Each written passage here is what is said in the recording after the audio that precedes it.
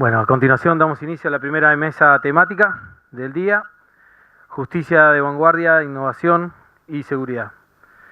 Invito al moderador licenciado Mario Bosolasco, director general de Sertal, a tomar su lugar para dirigir las exposiciones. Invito a pasar al doctor Martín Pecoy, abogado especializado de ciberdelitos y contra la propiedad intelectual, al doctor Jorge Chediak. Bueno, gracias. Bienvenidos a la mesa. Muchas gracias por acompañarnos. Buenos días. Vamos a seguir el orden que tenemos en la agenda, así que le damos la palabra al doctor Jorge Chediak.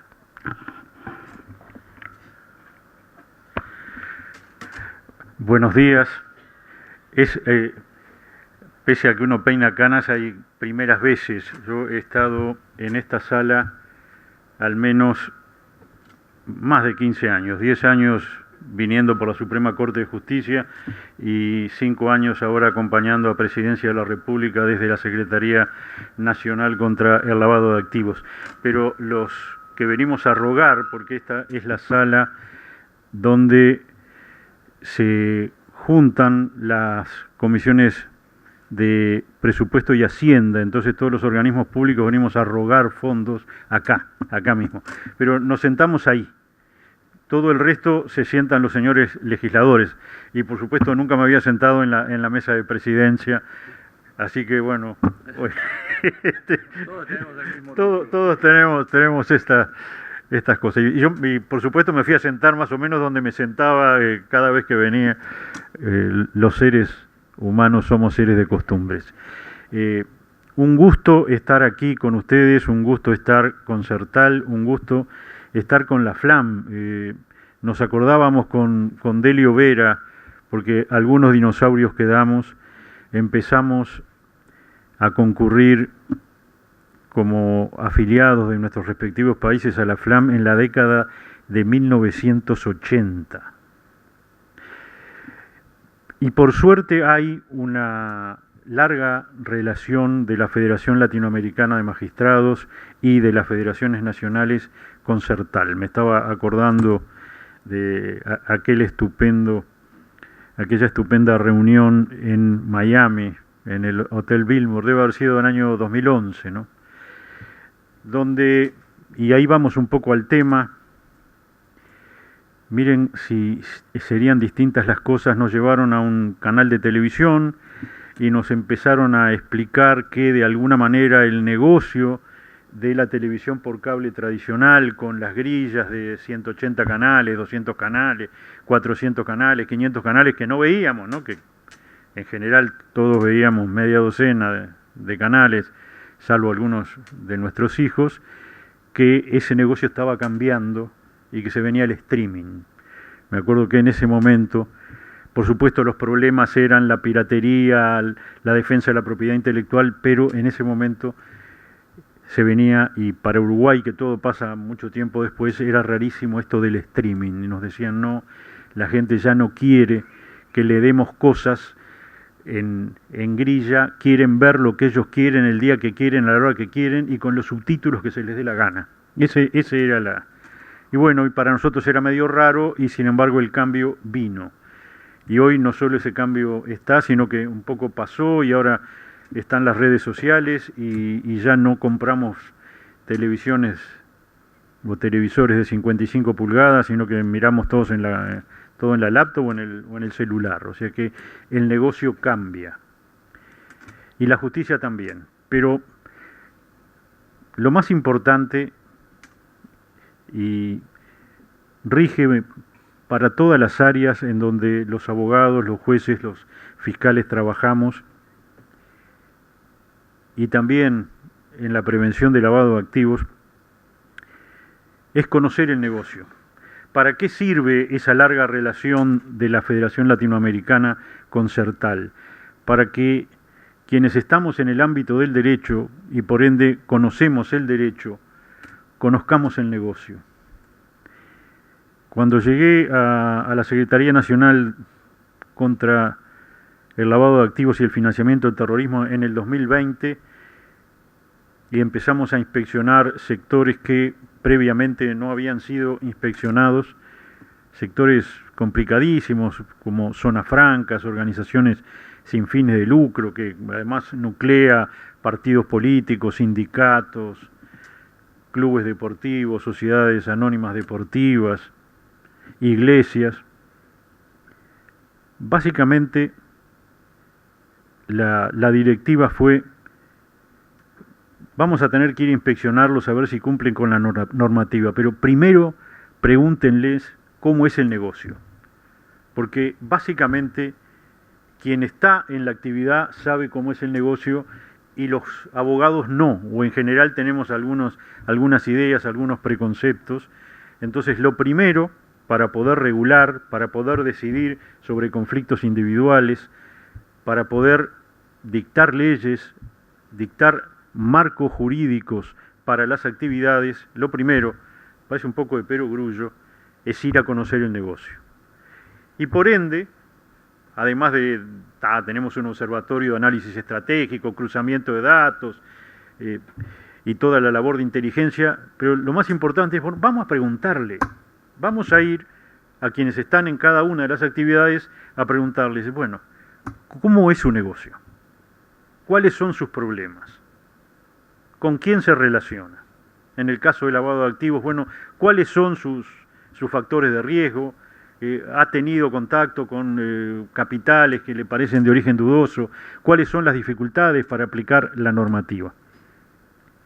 Porque si no, no se adecua la normativa al negocio de cada uno.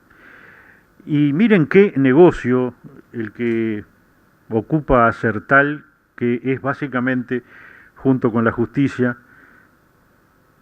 uno de los pilares de la República y de la democracia, que es proteger la libertad de expresión, proteger el funcionamiento de los medios de comunicación, impedir que, sobre todo desde los estados o desde el poder político, el poder económico, incluso las organizaciones criminales, se pueda interferir con el funcionamiento de todos los medios de comunicación, que hoy son muchos más y también ha cambiado, y esos peligros deben ser evitados. Entonces, lo que yo veo más positivo de la asociación de la Federación Latinoamericana de Magistrados con Sertal es que desde el sector jurídico nos ha ido permitiendo conocer el negocio. Negocio que va cambiando, vuelvo a reiterar, la justicia también. La justicia, cuando yo ingresé en 1978, no es exactamente la de hoy. Hemos ido también incorporando tecnología. Previo a la pandemia, por lo menos en la República Oriental del Uruguay, las audiencias telemáticas no existían. A todos nos obligó el famoso COVID-19 a incorporar Zoom, Meet, videoconferencias y todas esas maravillas tecnológicas que permiten resolver mejor o resolver más rápido los problemas jurídicos. Pero por eso las instancias de capacitación son tan importantes y por eso hay que convencer, porque los jueces y los fiscales somos reacios a instancias de capacitación fuera de nuestra área, ¿no? Nos sentimos cómodos en nuestra zona de conocimiento. Y me dicen, no, pero vamos a conocer cómo funciona el tema de las telecomunicaciones, cómo funciona el tema de las redes sociales, cuál es el negocio de los canales, y ya eso no nos apasiona tanto. Pero bueno, Sertal sí ha hecho un muy fuerte trabajo en eso, en que nos conozcamos mejor, que es una forma, además de preservarnos mutuamente, de que los medios de comunicación preserven a la justicia y de que la justicia preserve a los medios de comunicación y a sus libertades. Y por supuesto falta muchísimo. En general solemos ver las mismas caras, pero pasa también en todos los ámbitos. En el Centro de Estudios Judiciales, por aquí está el prosecretario de la Suprema Corte de Justicia, que es la escuela judicial donde capacitamos a los magistrados. En general quienes más asisten son los que no precisan, o sea, los que ya están capacitados, y quienes más reacios son aquellos que sí precisarían capacitarse más. Así que simplemente hay que seguir trabajando, asegurar, como el señor diputado decía, la estabilidad jurídica. En eso yo siempre paso el aviso, porque en Uruguay estamos muy orgullosos. Uruguay es una especie de isla de seguridad jurídica. Sé que ahora Costa Rica en su ámbito también ha sido llamada la Suiza de América, pero yo tengo para mí que seguimos siendo nosotros. Cambió el gobierno, no ha habido trauma ninguno. En algún departamento, una banca de diputados se definió por 3 votos. 3 votos. No el 3% de los votos, no, 3 votos. Y no protestó nadie. Aquí creo que hubo 93.000 votos de diferencia. Nadie protestó. Si hubiera habido 9.300 votos de diferencia, tampoco, porque es la tradición del país y hay una confianza plena en la Corte Electoral, integrada por ministros de todos los partidos políticos. Así que de estabilidad sabemos, de políticas de Estado sabemos. Una de ellas, en la que yo sigo estando por unos meses, la prevención del lavado de activos y el financiamiento del terrorismo, es una política de Estado que no cambió en este gobierno y seguramente no va a cambiar sustancialmente en el gobierno que venga. Así que reglas claras tenemos. Sí deberíamos avanzar, y ya varios de quienes me precedieron en la mesa principal lo señalaron. Probablemente deberíamos simplificar algunas cosas. En el caso particular de la justicia hemos ido trabajando durante muchos años, decíamos, para la incorporación de la tecnología, para tratar de que los procesos sean más rápidos. Hay seguramente algunas regulaciones excesivas. Nuestros estados de tradición española y burocracia importante, en general se puede decir que tienen áreas para mejorar, para recortar, para simplificar controles. Y aquí yo creo que el Uruguay está bastante bien centrado. Muchas veces se apunta a la mayor regulación o a el nivel más alto de controles que se pueda, y eso atenta contra lo bueno, porque la regulación en las telecomunicaciones, en la prevención del lavado de activos, tiene que ser la necesaria. Tenemos que tener en nuestras repúblicas los controles necesarios. Hay una palabra, toda organización tiene sus jergas. En el GAFI, en el Grupo de Acción Financiera Internacional, le llaman de-risking o algo así, que significa cuando regulamos demasiado y ahogamos la actividad, que nadie quiere. Regular es una cosa, es para que se trabaje con reglas claras, con estabilidad, pero no ahogando a la actividad que se regula. Por eso el nivel de prevención, de regulación y de marco legal tiene que ser exclusivamente el necesario. Ahí sí, una pequeña, para terminar, una pequeña referencia ideológica. Mi padre era muy amigo de Jorge Valle Ibáñez, y yo le tenía enorme respeto, y me ha gustado mucho eso, que creo que aplica también en una cantidad de ámbitos, de cuando estemos en alguna encrucijada, siempre a donde haya más libertad. Muchas gracias.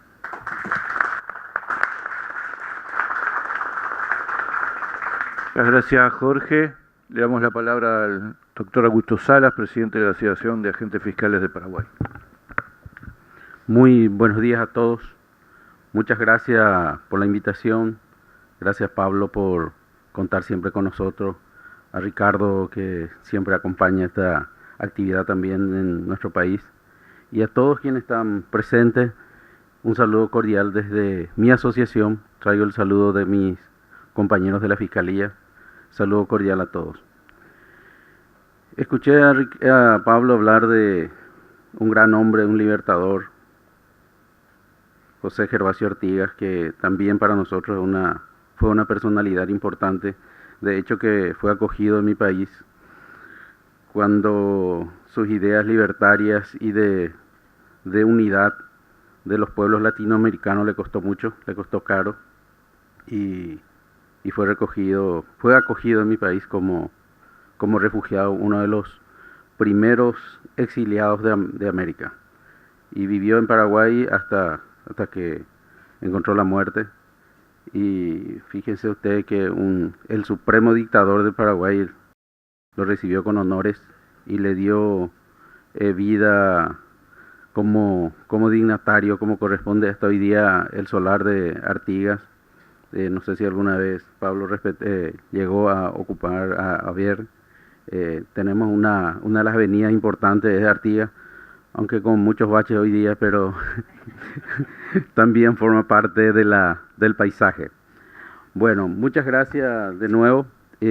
Hablar de temas tan importantes como la innovación y la seguridad jurídica para nosotros desde el ámbito de la función que ejercemos es muy importante. Nosotros en el sistema judicial tenemos participación importante como Ministerio Público, y no quiero dejar de mencionar que está con nosotros la primera jueza digital, Vivian López. Ella en el Poder Judicial fue la primera jueza en trabajar en el expediente electrónico, que para nosotros fue una gran innovación, y ya pasaron más de 10 años. Bueno, estamos cerca. me corrige la doctora. Bueno, y eso significó para nosotros, desde el ámbito judicial, el trabajar con esa tecnología. Hoy día todas las circunscripciones del Paraguay tienen expediente electrónico, es decir, un abogado trabaja desde su oficina, ya no tiene tanta necesidad de recurrir a los juzgados. Los jueces dictan sus sentencias, sus resoluciones cualquier hora del día. Por eso que de repente con Delio hablamos de que el juez tiene que estar cumpliendo horarios en las oficinas, no tiene sentido. El juez es juez 24 horas al día, los 365 días del año. También ocurre en el Ministerio Público. Estamos trabajando en ese aspecto también de la innovación y por sobre todas las cosas la tecnología. La carpeta fiscal electrónica, estamos trabajando también en eso. Tenemos mucho déficit aún, pero la idea, el proyecto y por sobre todas las cosas, la voluntad tenemos. Hablo de esto porque tiene mucha relación con el tema que estamos tratando acá.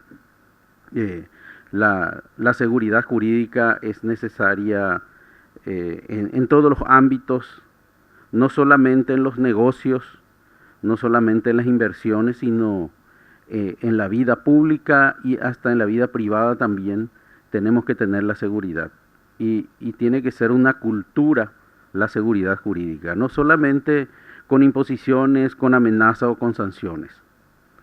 Por eso es importante la capacitación, y no solo la capacitación, sino la formación misma, que esta cultura de seguridad jurídica se enseñe desde la primaria en los institutos de enseñanza, porque nuestros niños tienen que conocer que en su país hay leyes que deben ser respetadas, que hay acuerdos, contratos que deben ser cumplidas.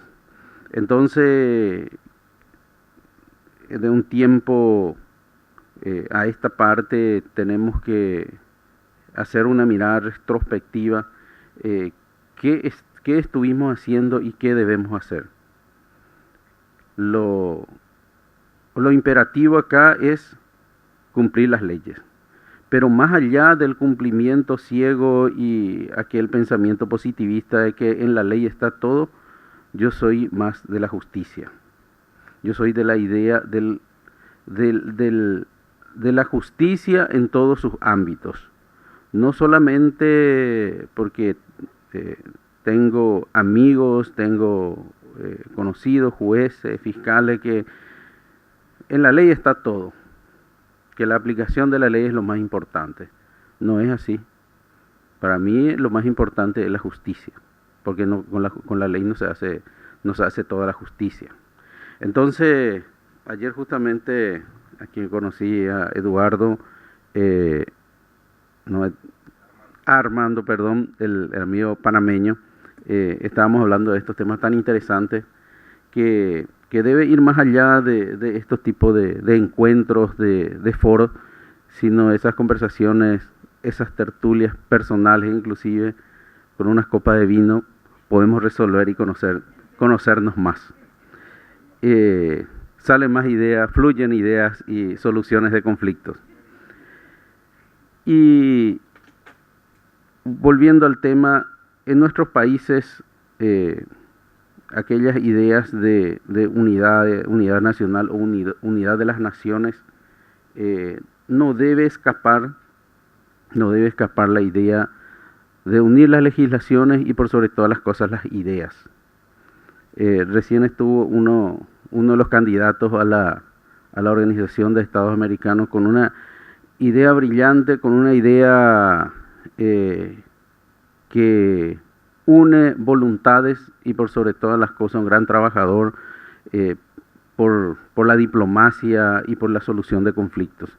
Y esa misma idea de solución de conflictos nosotros tenemos que tener, y CERTAL es uno de los instrumentos importantes en esa innovación tecnológica e innovación de ideas que debemos apuntar todos los operadores de justicia.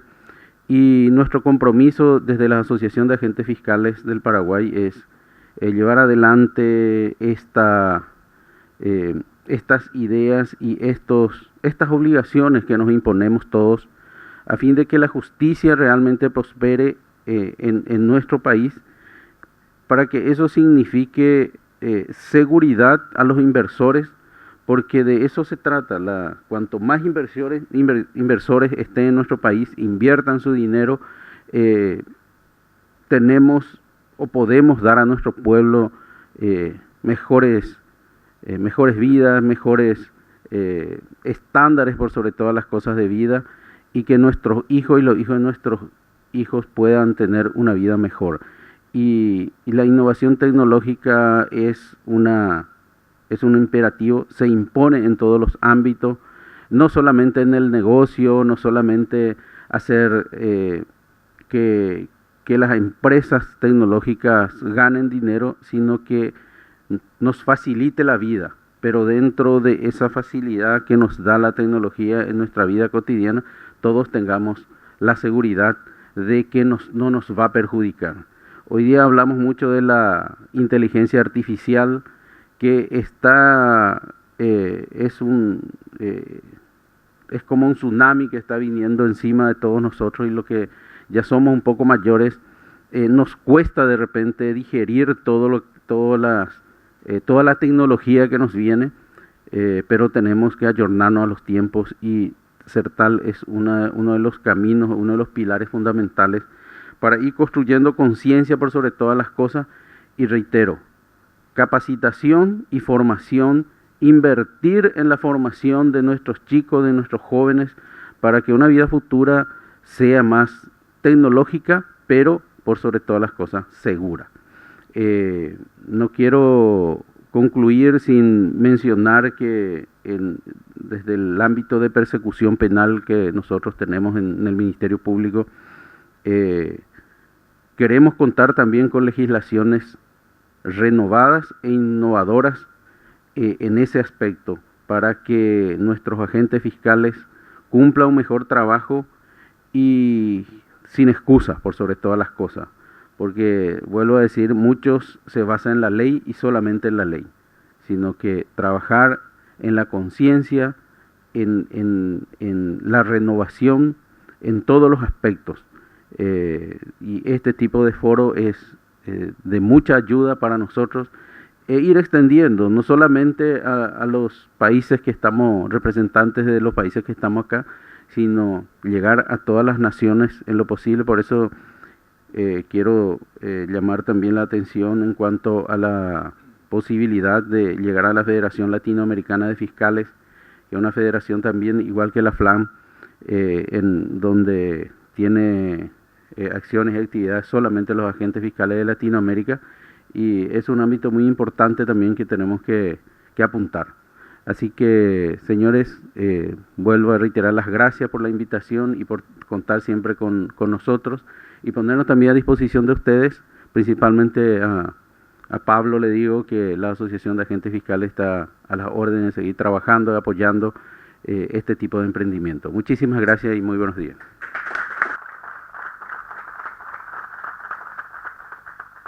Muchas gracias, doctor Salas.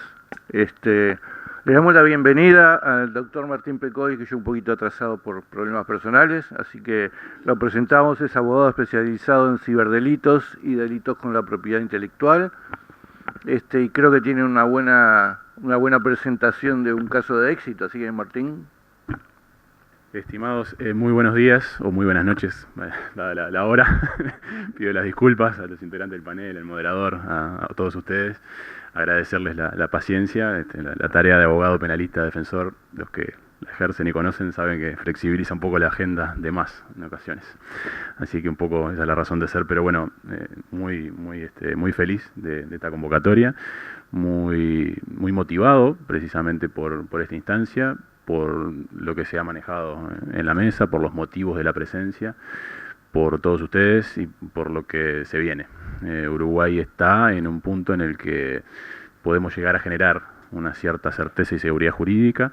Desde septiembre disponemos de una ley de ciberdelitos.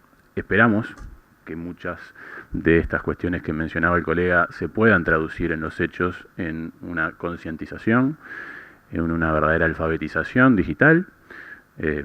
Me sonaban francamente muy dentro las palabras del colega, porque esa capacitación y esa forma de educar desde el comienzo, desde temprana edad, es esencial. He participado en colegios, en UTU, en varias instituciones de capacitaciones sobre grooming, por ejemplo, con los chicos, que uno tiene la tendencia a pensar, los niños y los jóvenes están mucho más habituados que nosotros a la tecnología, lo manejan cómodamente y no van a tener inconvenientes, quizás nos enseñan a nosotros, cosa que no es así, ¿no? Y sabemos de sobra, lamentablemente, que esas edades, incluso también los adultos mayores, son de las poblaciones más expuestas al ciberdelito.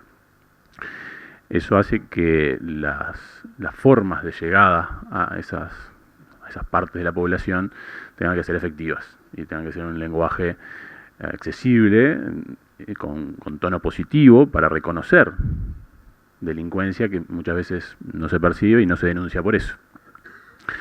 Entonces, cuando me planteaba Mario un poco cuál es el desafío que tiene la justicia en materia de ciberseguridad y de ciberdelincuencia, yo pensaba por lo menos en tres aspectos fundamentales y básicos.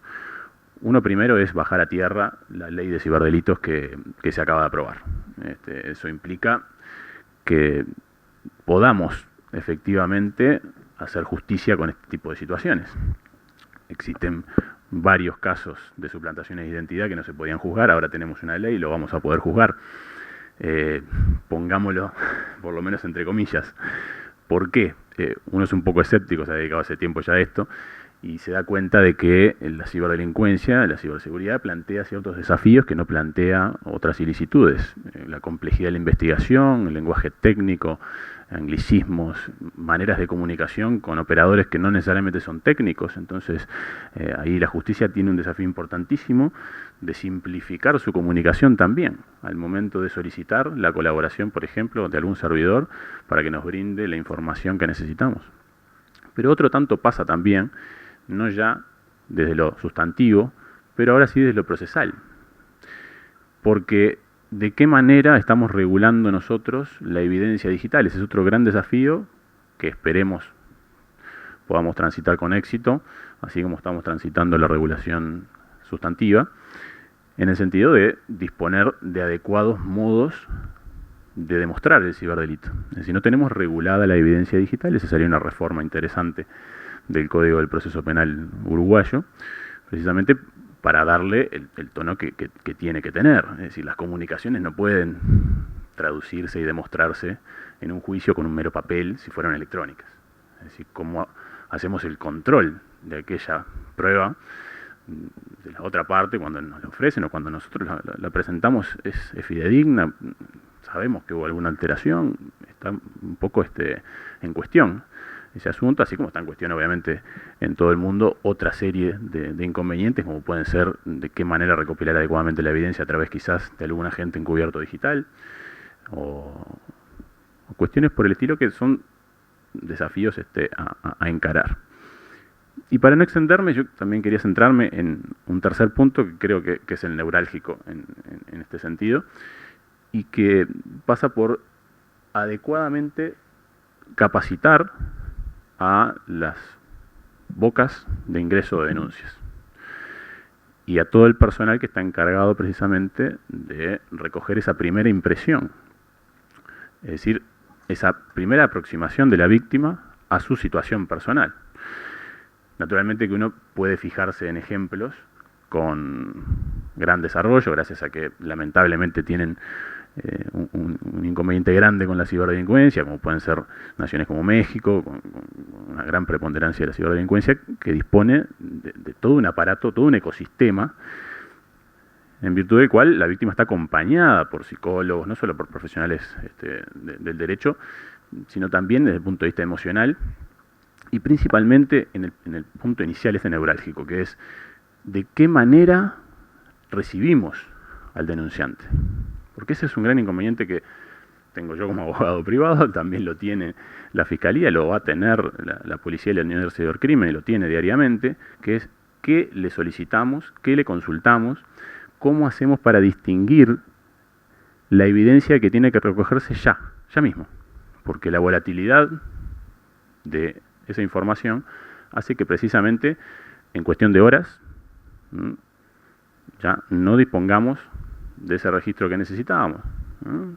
Y capaz que vamos a pedirle a algún servidor esta información o ya la sobrescribimos. ¿Por qué? Porque cada 30 días, cada una semana, cada 2 semanas necesitamos reutilizar este disco y bueno, como dijera el brasilero, valeu, ya está.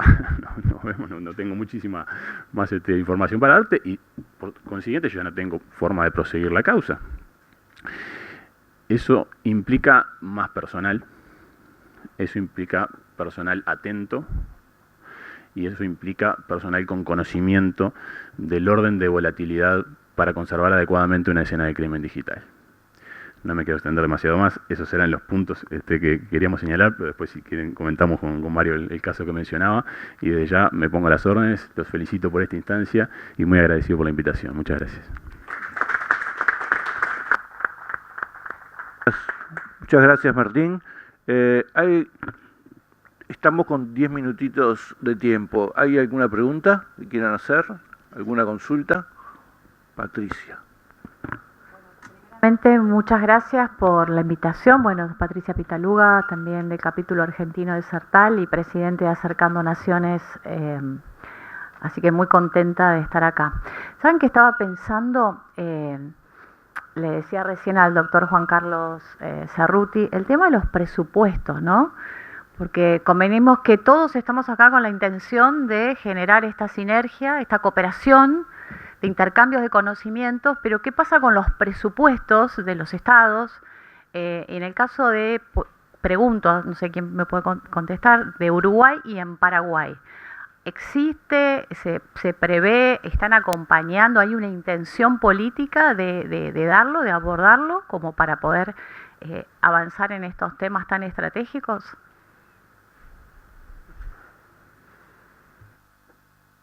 Muchas gracias por la pregunta, es muy importante. Como dice un gran líder libertario, no hay plata. En nuestros países, yo creo, en mi país, quiero hablar solamente de mi país, en ese aspecto, tenemos inconvenientes para la persecución penal, para el Ministerio Público, estamos teniendo con inconvenientes presupuestarios, pero desde el Estado mismo hay, hace un tiempo, o sea, hace rato se ha creado el Ministerio de Información y Tecnología. Es muy un ministerio innovador y desde hace al menos 5 años ha ocupado la vanguardia en la innovación tecnológica como corresponde, y el disparador fue la pandemia, y ha ocupado mucha preponderancia en la vida tecnológica este ministerio de mi país, y se ha dotado de presupuesto importante. Lo que sí necesitamos, como Ministerio Público, estamos un poco rezagados en tema presupuestario para la persecución penal. Y como decía acá el colega también, es necesario contar con recursos importantes para esa persecución penal, porque hay que dotar de tecnología a los agentes y por sobre todas las cosas conocimiento, y tiene que ser, las acciones deben ser rápidas e inmediatas, porque de lo contrario desaparecen como pruebas digitales. Entonces se está trabajando en eso, en tener esas herramientas, pero en tema presupuestario es nuestro inconveniente. Por ahí Sertal, que tiene mucha plata, nos puede ayudar. Importante sería, ¿no?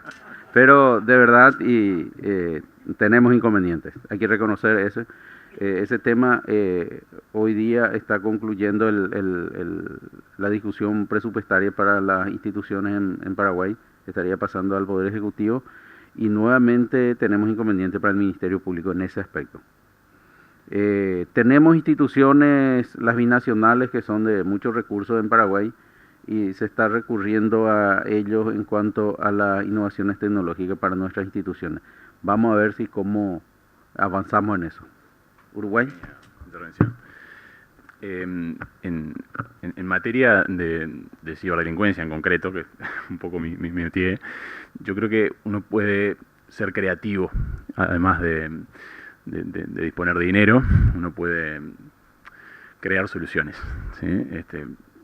Traigo un ejemplo nomás, que es de cuestión de conservación de evidencia digital, por ejemplo.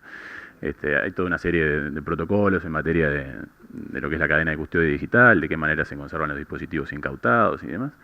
Y bueno, uno de ellos es disponer de una conservación de ese dispositivo en una bolsa especial que tiene una protección electromagnética para que no hayan injerencias y no se afecte esa evidencia una vez que está en curso el proceso. Si no disponemos de esa bolsa, también podemos darle 3 vueltas de papel aluminio y eso protege igual. Es decir, ¿a qué me refiero con esto? Que no sea un obstáculo, o que no nos gane a veces la aprehensión de que, bueno, ¿cómo lo resolvemos? No tenemos manera. Sí existe siempre una manera. Quizás uno, al menos yo, soy demasiado optimista en esto, pero así como veo lo que bien señalaba, ese desafío de la inteligencia artificial, también lo veo como la gran posibilidad. Yo creo que es la gran oportunidad para todos de crecer como sociedad, de crecer como individuos, de crecer como gobiernos, de crecer como organizaciones, aceptar estos desafíos que nos trae la tecnología y tratar de crecer a partir de allí, porque yo creo que nos va a despertar zonas dormidas del cerebro, la tecnología. Una de ellas puede ser esta, despertemos la creatividad para no tener que estar con la excusa de no tenemos recursos.